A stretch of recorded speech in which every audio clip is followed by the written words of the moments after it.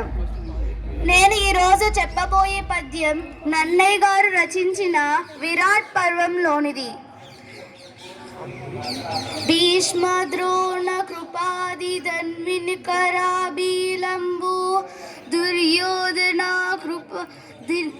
దుర్యోధన గ్రీష్మాదిత్య పటు ప్రతాప విసరా కీర్ణంబు శస్త్రాస్త్రజాలోష్మస్వార చతుర్వేదోజ్వల బాలాత్యుగ్రంబు దగ్రధ్వజార్చిష్మా కలితంబు సైన్యమిది యజేరంగ శక్తుండనే.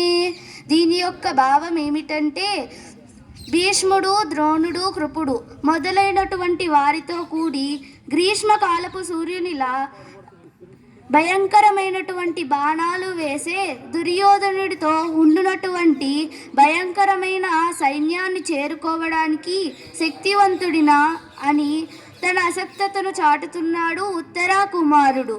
అందరికీ ధన్యవాదాలు.